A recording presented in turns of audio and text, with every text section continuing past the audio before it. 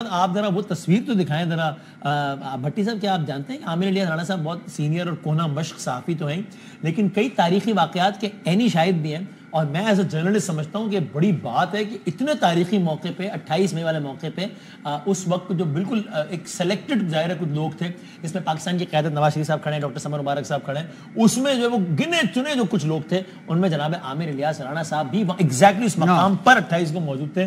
تو یہ بڑی بات ہے ایز اے صحافی, ایک بہت بڑی ایک عامر بھائی کو ایک باخبر صحافی ہیں, محنتی صحافی ہیں, اور ان سے میں ہمیشہ اختلاف ایک دوسرے سے کرتے ہیں اور کرتے رہیں گے, لیکن ان کے جو ایز اے جرنلسٹ ہونے پہ ایز اے جو کم رپورٹر وہ اڑن کٹولے والی بھی انہوں نے ایک دی تھی جب نواز شریف صاحب جا رہے تھے, اور یہ اس موقع پہ بھی یہ خوش نصیب ہے, میں سمجھتا ہوں خوش نصیب ہے جو اس موقع پہ موجود ہے 100%. سو عامر صاحب تھوڑا سا آپ بتائیں نا, کیونکہ آپ بالکل یعنی آپ سے متعلقہ بندہ ہو نہیں سکتا کوئی, ظاہر ہے باقی اگر نواز شریف صاحب ہیں وہاں پہ تو وہ تو اپنے منصب کی مجبوری ہوتی ہے, کسی کو تو ہر بات نہیں کر سکتے. تو یہ اس وقت یہ 11 مئی ہو گیا, 13 مئی ہو گیا, پوکھران میں پہلے دھماکے, پھر انٹرنیشنل پریشر, پھر امریکہ کے شاید نائب وزیر خزانہ آئے تھے ٹالبٹ, وہ یعنی وہ وزیر خارجہ غالباً, یہ سارے ماحول میں پھر یہ یعنی یہ کب آپ کو کچھ اندازہ ہے کہ کب ڈیسائیڈ ہوا کہ نہیں اب ہم نے جانا ہے اس طرف اور بس ہم کرنے لگے ہیں ابھی ابلاس؟ تھوڑا سا ذرا بتائیں نا میں سوال. ہاں بہت شکریہ آپ کا, چونکہ بھٹی صاحب نے کافی باتیں کی لیکن میرے سے متعلقہ سوال صرف ادھر آیا تو وہ باقی بعد میں کر لیں گے ہم. ہاں ٹھیک ہے. دیکھیں جب نواز شریف الماتی سے آئے ہیں نا قازقستان سے واپس, تو میں اور ہمارے دوست طارق سمیل ہم گور ایوب مرحوم کے ساتھ ایپرن پہ گئے تھے, اور بہت سارے صحافی, چکلالہ اس وقت بیس کا نام تھا, اب وہ نور خان بیس ہے, وہ بیٹھے ہوئے تھے, اور گور ایوب صاحب ایک لکھی ہوئی تحریر فارن آفس کی لائے تھے, اور آپ کو پتا ہے وہاں پہ سیکرٹری خارجہ شاید شمشاد حسین صاحب جو بہت انگریزی بولتے ہیں, تو انہوں نے کہا جی کہ میں فارن آفس سے یہ لکھوا کے لایا ہوں تو آپ یہ بات کر دیں, اور میں نے ان سے کہا, میں کہا آپ اپنے دل کی بات کریں, آپ کو نہیں بات کرنی اس پہ. تو وہ میاں صاحب نے میری ہاتھ پکڑا اور چل پڑے, اور انہوں نے اپنی بات کی, اور ہمیں اس وقت اندازہ ہو گیا. اب تو مشاہد حسین صاحب بول رہے ہیں نا کھل کے کہ مشاہد صاحب کہہ رہے ہیں کہ نواز شریف صاحب کو کہا گیا کہ آپ کو $5 ارب بھی دیں گے, آپ کو اسٹیٹ ریسیپشن دیں گے, بینکویٹ دیں گے. نہیں یہ بعد کی بات ہے, نہیں یہ بعد کی بات ہے, وہ الماتی سے میسج دے کے چلے تھے کہ تیاری کریں. اچھا میں اب آپ کو اس کی جزیات بتا دیتا ہوں. جب یہاں آئے تو ظاہر ہے کہ مشاہد حسین اور گوہر ایوب کی ڈیوٹی لگی کہ انٹرنیشنل میڈیا, لوکل میڈیا, سب جگہ پہ دنیا کو بتانے کی ذمہ داری آپ دونوں کی ہے.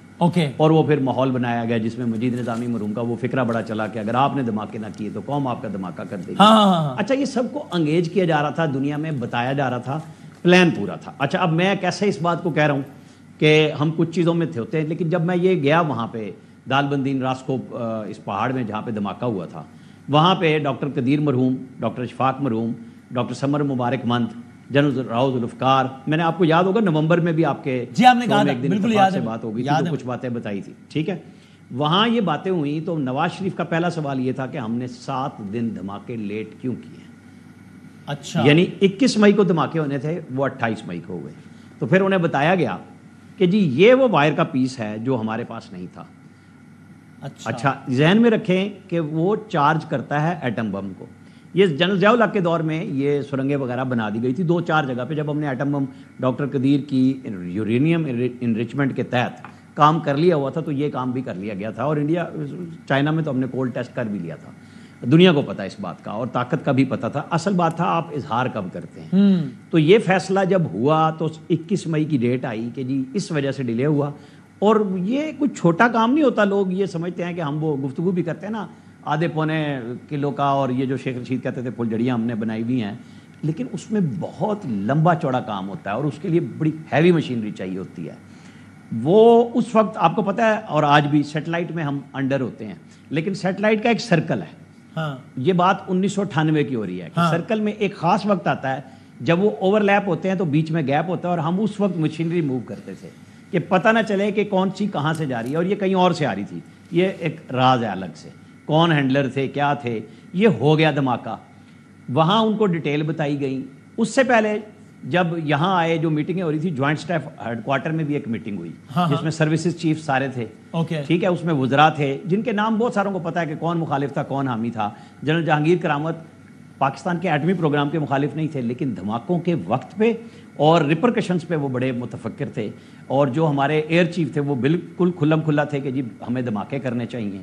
اور آج بھی وہاں جو جونیئر آفیسرز تھے جو نوٹ ٹیک کر رہے تھے وہ آج بھی ریٹائر ہو کے 3 اسٹار ہونے کے بعد بڑے اہم محکموں میں بیٹھے ہوئے ہیں. میری ان سے بھی ملاقاتیں ہوئی ہیں کہ وہاں تھا کہ کس طرح دھماکے ہوں گے. جو ساری بحث ہوئی تو پرائم منسٹر نواز شریف نے صرف ایک سوال پوچھا کہ اگر تو ایشو کیا صرف یہی ہے کہ ہم پہ سینکشنز لگیں گی تو مجھے بتائیں یا کچھ اور بھی ہیں. تو سب نے کہا جی سینکشنز کا. انہوں نے کہا وہ میرے پہ چھوڑ دیں, ہم دھماکے کریں گے.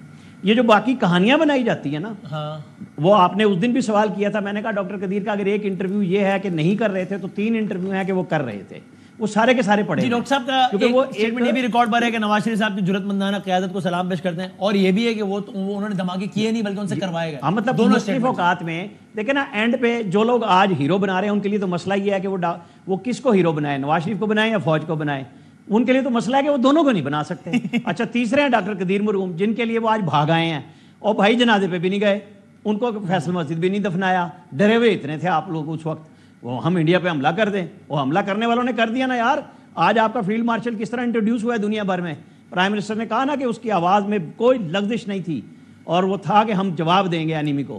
تو دیا نا جواب. یہ بڑکے مارنے والے نا وہ بڑکے مار کے چلے گئے, اس وقت ریسٹ کر رہے ہیں. وہ کہتے ہیں میں سیل میں ہوں. یہ جو لینگویج ہوتی ہے نا اسٹیٹس مین کی نہیں ہونی چاہیے. انہوں نے مسٹر مودی کہہ کے ٹینک پہ پکارا نا پرائم منسٹر شہباز شریف نے. یہ لینگویج تھی کہ دنیا کو جو اب آپ بتا رہے ہیں, آج ہم ٹھٹھا اڑا رہے ہیں نا اس کا مودی کا. آپ نے بڑا اچھا ٹھنڈا لفظ کہا کہ چھچورا پن تھا. تو ہم نے تو ان کو ایکچولی وہاں سے مارا ہے جہاں سے وہ تصور نہیں کر سکتے تھے. یعنی وہ کہتے تھے نا گھس کے مارنا, وہاں جا کے مارا. آپ کے تمام طیارے 400 کلومیٹر دور تھے. ہم نے آپ کا ایک ڈیم بند کر دیا, ایک کھول دیا. آپ کہہ رہے ہیں ہم آپ کا ڈیم نہیں چلنے دیں گے.